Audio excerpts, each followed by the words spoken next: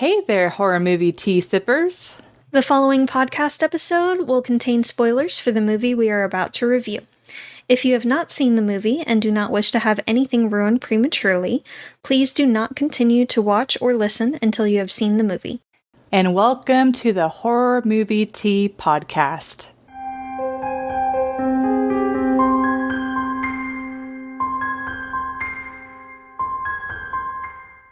Welcome back, guys. This week we will be covering a classic, A Deep Blue Sea. Yes. There for a while, after Jaws, of course, I feel like this was a very iconic movie, and definitely one of the more prevalent shark movies, until probably The Meg. Yeah. Well, and 47 Meters Down, I suppose. Kind of went in order. Yeah, I remember being not quite a teenager, I guess preteens, and this being a really big movie that all people talked about. With the big name actors, and at the time, it was decent CG. At the time, it's kind of sad to look at now, a little bit. But we will give more details about that after tea. So, today I am drinking I forgot the brand. That's terrible. But the Blueberry Hibiscus. Isn't it Tazo? I thought it was the Passion. That's not what I'm drinking. It's, Rishi. Okay. You know your tea's better than I do.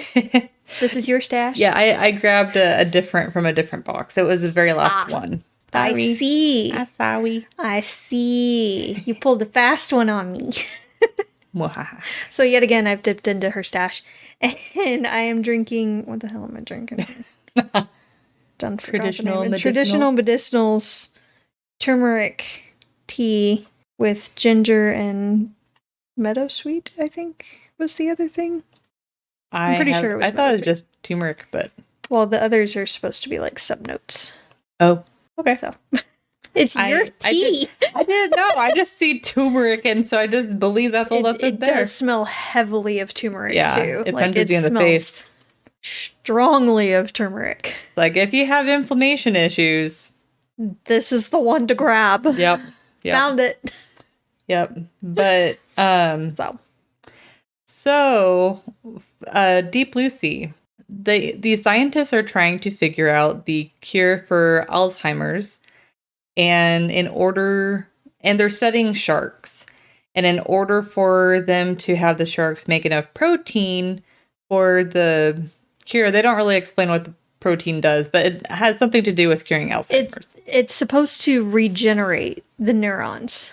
Okay. And it brings them back to life, basically. Okay. So it makes them fire again. But in order for them to get more of those proteins, they had to make the sharks' brains larger, which in consequence made them smarter. Because they couldn't just get more sharks. No. They had to make the sharks that they had have bigger brains. Yep. So with a multitude of different events, the facility is collapsing. And so the sharks are coming in, causing the people to flood more and more areas as they come up. And then at the very end, they're like, oh, the sharks were using us to flood the facility because the fence is only 8 feet high. And so the sharks want to try and be free. So yeah, Deep Blue Sea. So for entertainment, I will say back in the day, it was just like yours, Jess. It's like Jaws 2, and then like Deep Blue Sea. Yeah. But nowadays, it really wouldn't be my top pick anymore. But it's still a pretty solid movie. It is. So entertainment-wise, definitely. Yeah. So for me, it's a 7. They do have a lot of interesting scenes that I wonder if it's supposed to be an homage to Jaws. Like the Mako shark that was loose in the very beginning and was attacking the boat is just like I think they're demonstrating that the shark was smarter than other sharks. But I think also I could totally see that happening in Jaws. Oh, yeah. So I think it was kind of a... Well, the Jaws did have a couple of scenes where the shark attacked a boat. Yeah. So... Yeah.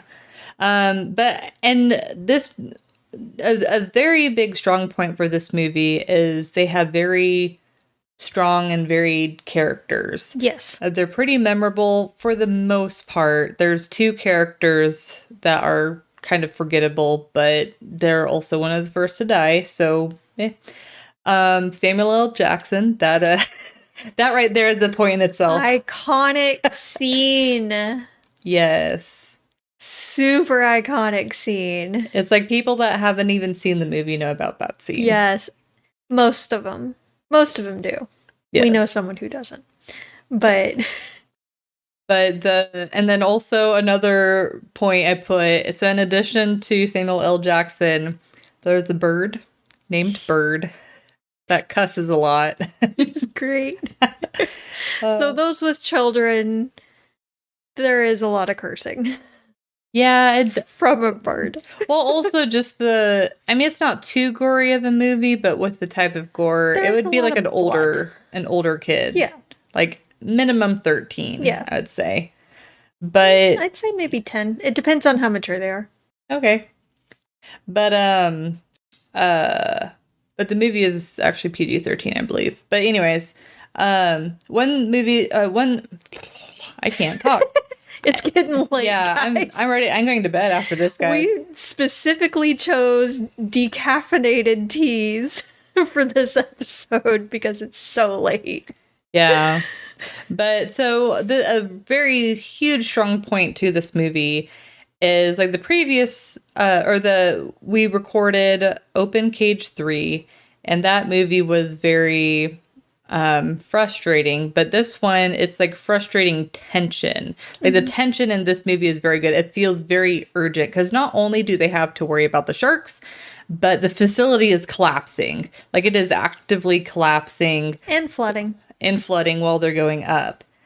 And the parallels to this movie are pretty interesting too, to where the new Planet of the Apes series, which I forgot the first one, I know is way after Deep Blue Sea, but it's very similar situations where it's animals that were experimented on for a cure for Alzheimer's, and then they became smart, and then they pretty much want revenge of some sort.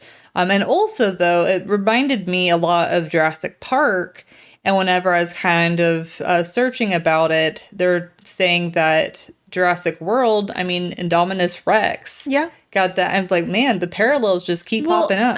That's kind of what happens when you mess with the brain. Yeah. If you enlarge the brain, then you're probably going to make it smarter. Yeah. So, yeah. Yeah. But overall, this movie, like the effects are pretty good in this movie. The CG, as just mentioned before, is pretty dated at this point, but the animatronics... were great. Spot on. Like, there's one particular part whenever the doctor is, like, quote unquote, well, not purposely sacrificing herself. She was trying to distract the shark. Yeah. But whenever it comes up, you can tell it's definitely an animatronic, but that animatronic looks genuinely scary. Oh, yes. Like, that's why this movie... I do consider it a horror movie, like even though it has a lot of action scenes, just the look of the sharks, like mako sharks, they're scary animals. They look really scary. Yeah. Yeah. They almost made them, because they're so intelligent though, they almost made them like a 80s movie serial killer type. Yeah. Stalk and kill. Yeah. When a shark grabs a gurney with a man on it and throws it into the window with everyone watching. Yeah, it's pretty out there. Yeah, a little bit. Pretty out there. It's like, hey, look what we did to your friend. We're coming for you guys next. Yeah, I don't... Yeah. And then when it lifts the girl up in the shaft, the maintenance shaft. Yeah, it just... No. Got this one. Yeah, especially since it pulled her out and then deliberately then pushed her up. Uh-huh. It's like, no. For no reason. There was no reason to breach then. Yeah. And plus, should have looked this up. I don't think Mako's breach. I'm pretty sure that... I don't think they do. It's pretty isolated to great whites, though I could be wrong. I think other sharks you can see whenever they attack go out of the water, but it's not to breach. It's just they just so happen to while they're Yeah. attacking the thing go out. But great white sharks, I don't think, are the purposely, only ones yeah. that they start at the bottom and then rocket up. We started from the bottom, now we're here. Oh my god. Yeah. So you give it a 7? Yep. With nostalgia glasses, I would give it a 7, but I just can't bring myself to do it. It has been long enough since I've seen this movie that I was able to dispel some of the nostalgia glasses. As great as some of the scenes are, Samuel L. Jackson. And Bird. And Bird. I can't bring myself to give it that full 7, so I'm going to give it a 6.5. I do still want to watch this movie in the future. I will still go back to it. It's no longer one of the first ones that I grab. Jaws will forever be the first shark movie that I grab for. Forever. Jaws 2 is typically the second because I usually like to watch them together. But lately, it would have to be The Meg after that. Then probably this one. Yeah. So. The Meg is just a fun movie, and it really is. It's not realistic, but it's fun. Yeah, and it's like fun. Deep Blue Sea is more of a tension movie, and then plus like the kills, I don't know if it has the same effect on you, but like kills for me just seem so like sad, and they just make them so like spurts of blood all over the. It's not as pleasant. Consider the time period. Things have come a long way. What do you mean? I'm not talking about the effects. I'm just saying how it makes me feel. Okay, well, I was talking effects. Oh, no, I'm not talking about the effects. I'm saying that they have like not terrible. They have like dramatic music. I don't know. It tries to tug on your heartstrings for sure. Yeah. I just don't have many of them left. So it doesn't really tug on my heartstrings. I was a little sad about Bird. Should have been the main character. Should have let Bird live. Should have been the girl. No, but I have to give it a 6.5. I do still love this movie, but especially with the effects and everything, it is very dated now. So it's just not quite up there yet, and it's not quite as... It's hard to think of the right word. It doesn't have the same feel as Jaws. It's not as timeless. Yeah, like Jaws is a timeless movie, just the way that the characters feel, the way that they filmed it, and how they're not constantly showing the shark. But and with Deep Blue Sea, it's like the major two things that super dates Deep Blue Sea. First, the CG of the sharks. Animatronics great. That's why animatronics should just stick with us because it really does help a movie. It really does. It's far more realistic. You can actually see the differences between the two. Yeah. And it just makes it so much better, so much more real. Yeah.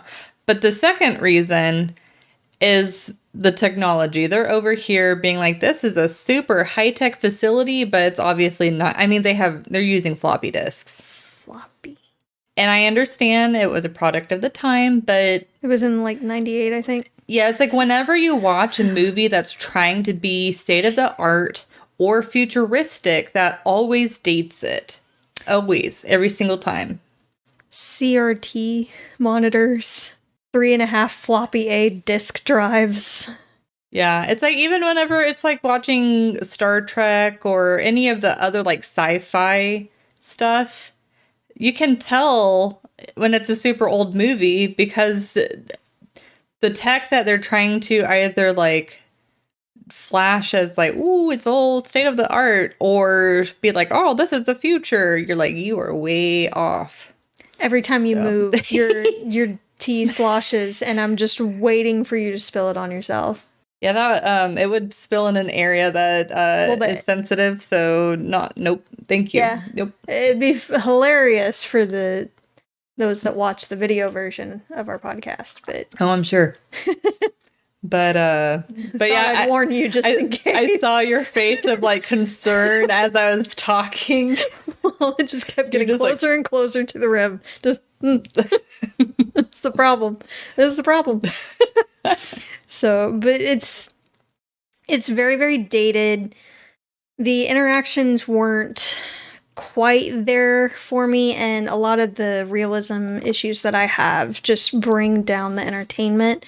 I do like that the sense of urgency isn't just forced dramatics. Yeah. Like there's an actual reason why they have a very limited time and need to get to the surface ASAP.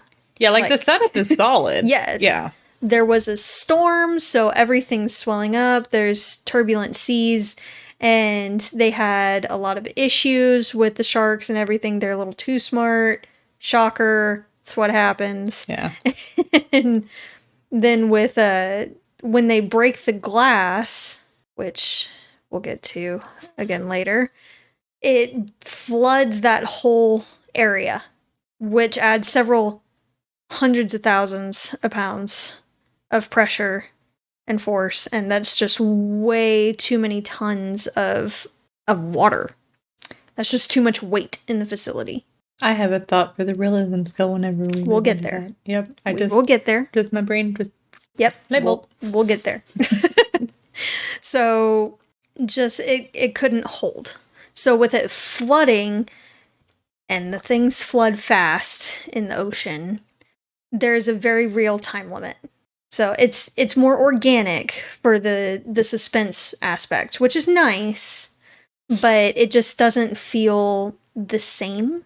I think part of the issue that I have with the entertainment is because they're so engineered. They've been modified too much. Yeah. It's like the sci-fi originals or the B movies where they're like, oh, it's this kind of special shark. Yeah. Yeah. It's like it's a demon shark or some crazy. It's a robot shark. Yeah. So it's just not the same feel. Sharks in and of themselves are very powerful creatures, ones that we definitely need to respect, but use that natural aspect of it, the natural predator aspect. You don't necessarily need modified sharks to up the ante. Yeah. Yeah. I can definitely see where you're coming from on that. But it's like, I do feel like Deep Blue Sea added a lot more interest in the shark genre and really caused a fraction of a whole bunch of movies that were have a similar idea. Yeah. So I do also appreciate, though, that Preach, when he first sees the shark, he gets out of the line of sight, and then he grabs a weapon. Yeah. He's not some idiot that just hides behind something and prays the thing goes away. He actually grabs something to defend himself. And it's not something stupid either. It's not like a wooden spoon or a sign or something. It's a freaking frying pan. Yeah, it's like the characters overall aren't too stupid, except for Samuel L. Jackson, who was way too close to the water. I don't care how safe you are. No. And then the girl slipping. But I mean, that could have potentially happened to anyone. Whenever the ladder falls. That would have happened to anyone. Yeah. It came out of the wall. Yeah. So it could have happened to literally any one of them. And she was probably the one that weighed the least. So if either of the other two guys grabbed it, it definitely would have come off. 100%. Well, I meant her, like, whenever it slams down, her losing her grip. Oh, that, yeah. In the water. Yeah. I could easily see that happening to anyone. Sorry, I thought you meant the main doctor lady, not blonde marine biologist chick. Nope. We're awful with names, guys. We don't remember any of the names. Yep. We just talk about their distinguishing characteristics. That is her identifier. Yep. Blonde marine biologist chick. But, so, are you ready now? This is both entertainment and realism that I have an issue with. Okay. The sharks maneuvering in the facility itself is BS. Those are big sharks. There ain't no way they're able to maneuver that well in the hallways and turn around. Because they change direction a lot. Yeah. and they disappear somehow, magically. I don't know how they got their collisions turned off, but they're just able to maneuver around the whole facility with ease, and I call BS. But I call BS on this whole movie anyway. Yep. So, now, You ready? the last thing for entertainment, Okay. which is also slightly part of realism, is when they get 4 people to close a door with water flooding in. It takes 4 of them to close that steel door. And later in the shaft, it only takes 2 men. Consistency. Yeah. The consistency was just off all throughout the movie, but that was one of the biggest things. Yeah. So, now we can move to realism. So, You are okay. free to move about the realism scale. Like, we need our timer back. I know. I need to, like, buy, like, a timer, like, that we can have in the background. But anyways. Yeah. So, for realism, I'm going to steal your score and give it a 3. Because I do feel like that makes the most... We talk about the scales beforehand, guys. Yes, we write notes because I don't know if you guys listen to our older episodes, but we used to be like, let's watch the movie and immediately start talking about it. And it was just way more chaotic and took a lot of editing and a lot of ums. And to be fair, is like my filler, and I'm working on that, but I Each feel have like our it's, fillers that we work on. but I feel like whenever we have structure, it's not quite as bad. It helps. So, yeah. This really does punch you in the face with turmeric. Yeah, yeah. Like if you have sore muscles Oh, or man. yep. But so the biggest downfall of this movie is in the very beginning, whenever the doctor is in a meeting and they're essentially, I forgot, the people that are funding her, they're like, we're gonna pull out the funding, and she's like, give me 2 days, I'll give you results. I'm sorry, that's not how science works. Like the mRNA vaccine that we have, that actually was decades of research. And actually, I think, They're still researching it. yes, but if I recall right, I think the idea of mRNA started about 50 years ago. I believe it. So science, unfortunately, is very slow moving. That's why we have answers to a lot of things, but we don't have answers to many more things. It's just, it's slow moving. It wouldn't have taken 2 days. We have a ton more questions than we do answers. Yeah. And everything takes multiple tests. They can't just perform one successful test and call it good. It has to be replicated many times and then sent off to other facilities and other people for them to replicate as well, because it could just be the environment that they're in. So, correct positive testing has to be done across multiple facilities for it to actually be accepted. And they have to prove that the test settings were correct. Like they had enough of a group of people. Like that's a small test. They normally don't consider that. It's like, look at it with a huge grain of salt. Like it can help us lead to bigger studies, but they don't take the results of that as like a thing. Or, I mean, it could be like maybe the people behind the study had an agenda. And so it could be biased and you can easily skew the results that way. So yeah, science is very complicated, but we know our formula to make it, as accurate as it possibly can be. And there's still sometimes is a human element, but there's always the random outlying. Yeah. But the data purpose too. of science is to try and take as much of the human element out of it as possible. But anyways, 2 days, bullshit. And then another thing that bothered me is the way that they structured the sharks was not accurate to how they actually look. So There was much discussion over this. yes. So the way that the Mako sharks looked, that was okay. But It wasn't the greatest, but it was okay. yes.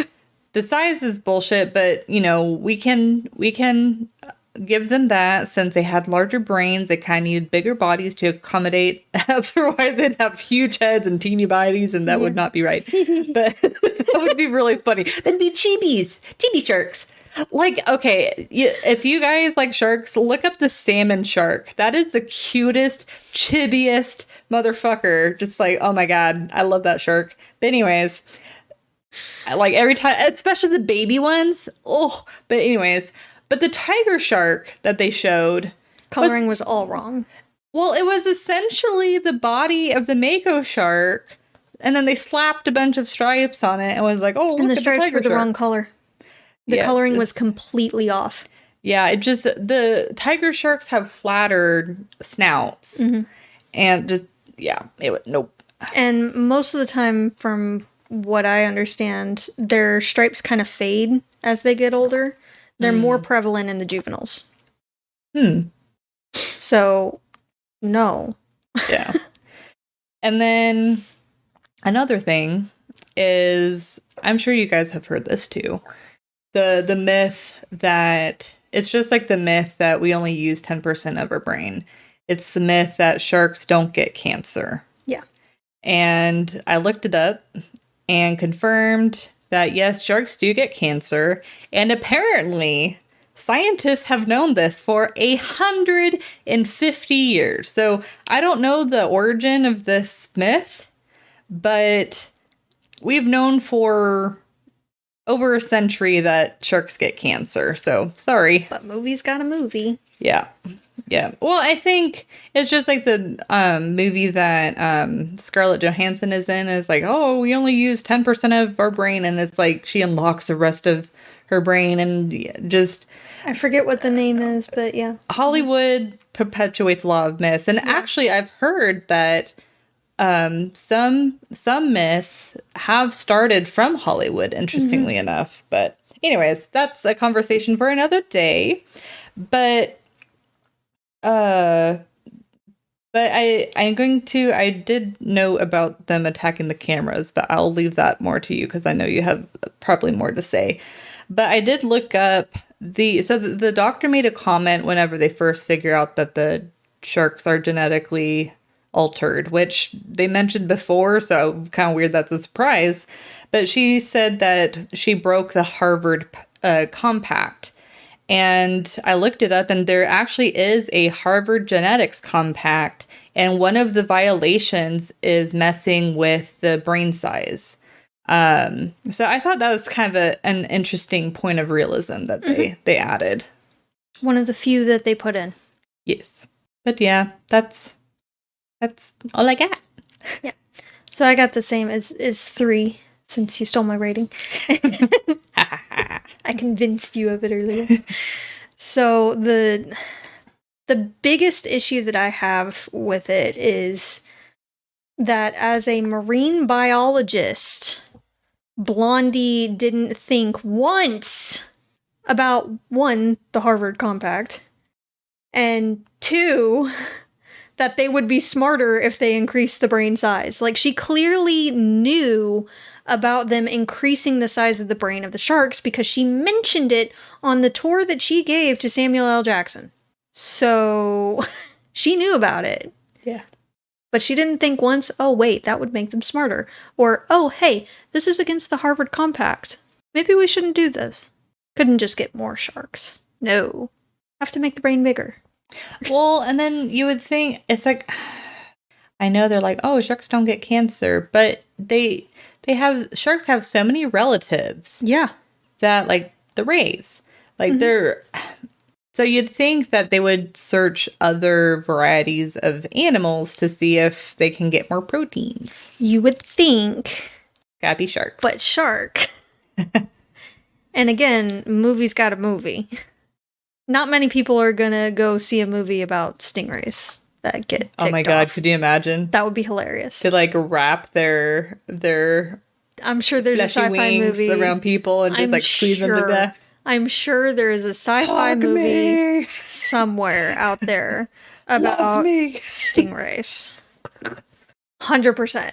Though I guess they would use their barb to stab people. Oh yeah. But they probably wrap around them to hug them first. And then stab them in the chest in the front. Yeah, just to hold them first. Yeah. Oh my god, that'd be hilarious. I'd watch a movie like that. Bite and hold, and then stab.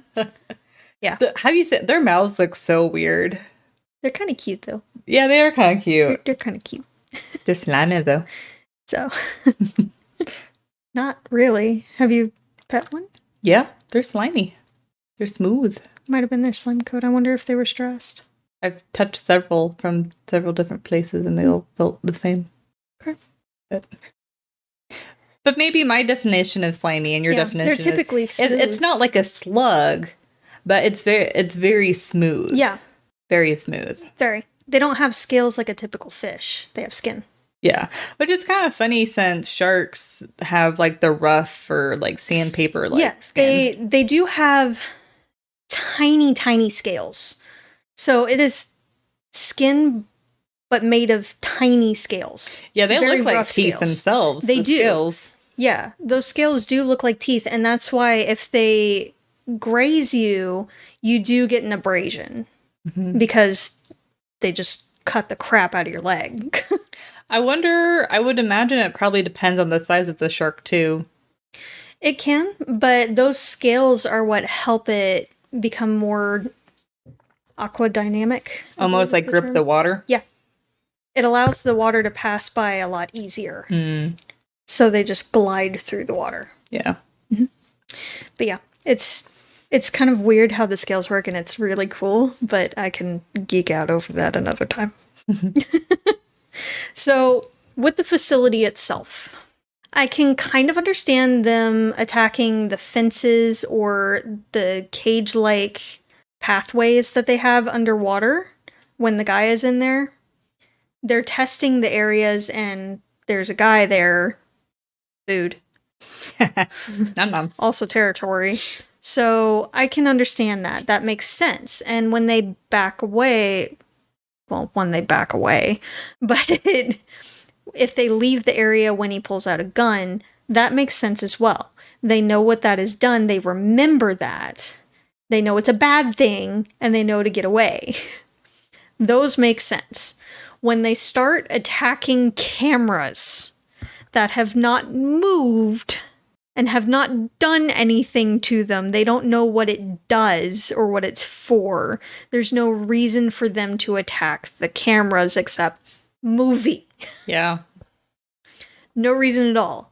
And when the guy says the sharks were using them to flood the facility to bring it down, I'm sorry, sharks don't understand structural engineering. That's not how any of this works.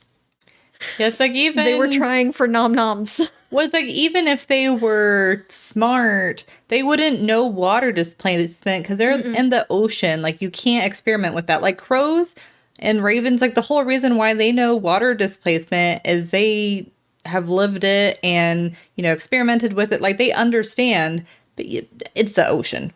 They wouldn't know. No.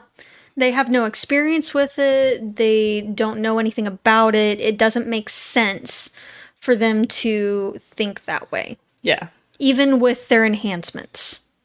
You can't just explain it away that they're genetically modified. Yeah, it's like you don't magically gain knowledge even though you're smarter. You're not omniscient just because you were enhanced. That's not how this works. So, no.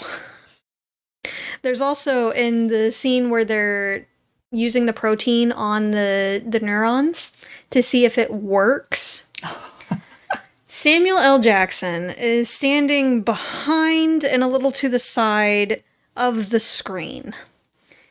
And he's a very good actor. He acts as if he can see the screen and what's happening on it.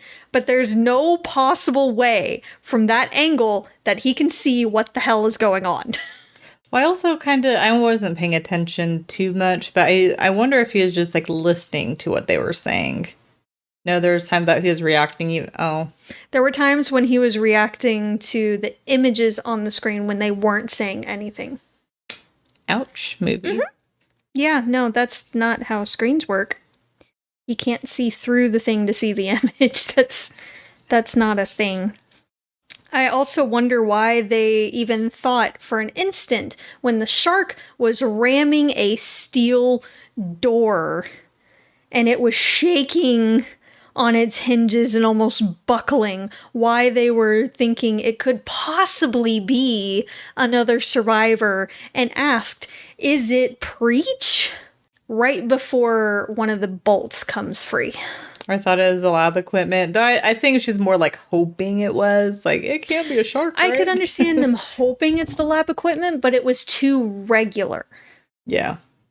Of a thud, and way too heavy of a thud at a regular interval. That was clearly ramming. No. But the scene with the oven too, the one that you keep forgetting about. She asked about it like 3 times, guys, while we were watching the movie. So Preach gets stuck in the oven. He gets in there initially to get away from the shark, and the shark keeps ramming the oven and ends up inadvertently turning the oven on. It is a gas oven, so the gas starts going, and of course it's difficult for him to breathe, and he's trying to find a way to get out of the oven. He has in his possession a fire axe, which is metal, and he is in a metal oven with gas flooding in. So you want to tell me that in his hacking away to get to the top oven, that he doesn't hit some kind of line, some kind of gas line, or any other kind of electronics, or even just make the sparks himself with his metal axe on the metal oven for it to explode. Not a single spark. No, that's not how any of that works. And I severely doubt it would just be like one sheet of metal between the ovens as well. That's not how ovens do. Yeah, that'd be really thin. Extremely thin. And then plus what would the heating element be? Exactly. Yeah. Normally it's at the bottom and at the top. All kinds of lines and all kinds of other things in between, because it's got to be insulated as well so it doesn't affect the walls and everything around it. Yeah. Or even like if you're cooking 2 different things. Yes. Yeah. Yeah, so no. Not how ovens do. Their management of the sharks themselves was terrible and very ill-advised, and not how protocols are in place for. They used one strap on the shark when they were getting the protein, whether they thought it was knocked out or not. They would not be using a single strap in the middle of a shark's body when it has been genetically modified and is much bigger than it should be. Yeah. It's like at least strap down the mouth. It's like the tail is really powerful and can easily hurt someone anyway. So it's like you need at least 3. Yeah. At least 3 to be safe.